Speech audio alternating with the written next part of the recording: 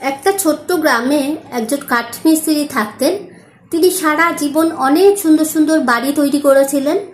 বয়স হয়ে যাওয়ার জন্য একদিন তিনি তার মালিককে বললেন, আমি এবার থেকে আর কাজ করতে পারবো না, অবসর নেব, বাকি জীবনটা আমার পরিবারের সাথেই শান্তিতে কাটাতে চাই।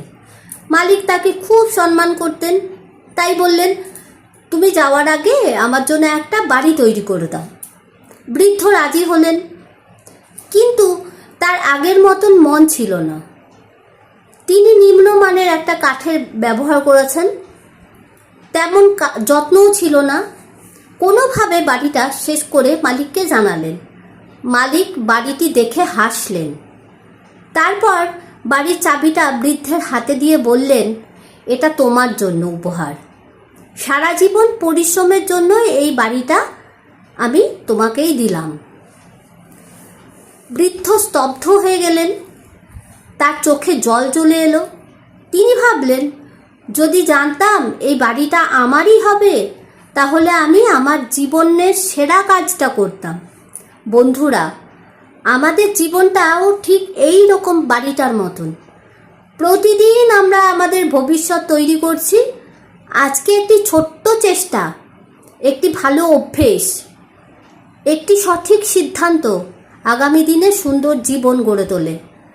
অনেক সময় আমরা ভাবি, আজ না হয় একটু কম পরিশ্রম করলাম, আজ না হয় স্বপ্নের জন্য কাজ করলাম না, কিন্তু মনে রাখবেন, আপনি আসলে নিজের ভবিষ্যতের বাড়িটা তৈরি করেছেন। তাই আজ যদি পথ কঠিন হয়, যদি মনে হয় কেউ আপনাকে বুঝছে না, তবুও থেমে যাবেন না, কারণ আপনি শুধু আজকের জন্য লড়ছেন না, আপনি আগামী দিনের জন্য নিজেকে তৈরি করছেন, নিজের জীবন তৈরি করছেন।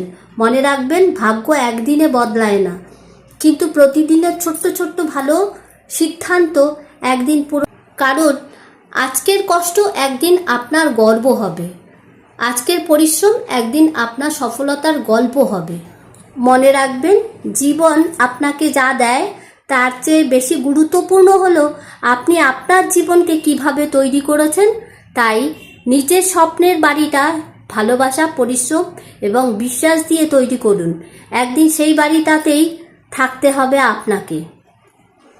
জীবনে কখনো নিজের স্বপ্নকে ছোট ভাববেন না, কারণ আজ যে মানুষটা সংগ্রাম করছে, কাল সেই মানুষটার সফলতার গল্প শুনে পৃথিবী অনুপ্রাণিত হবে।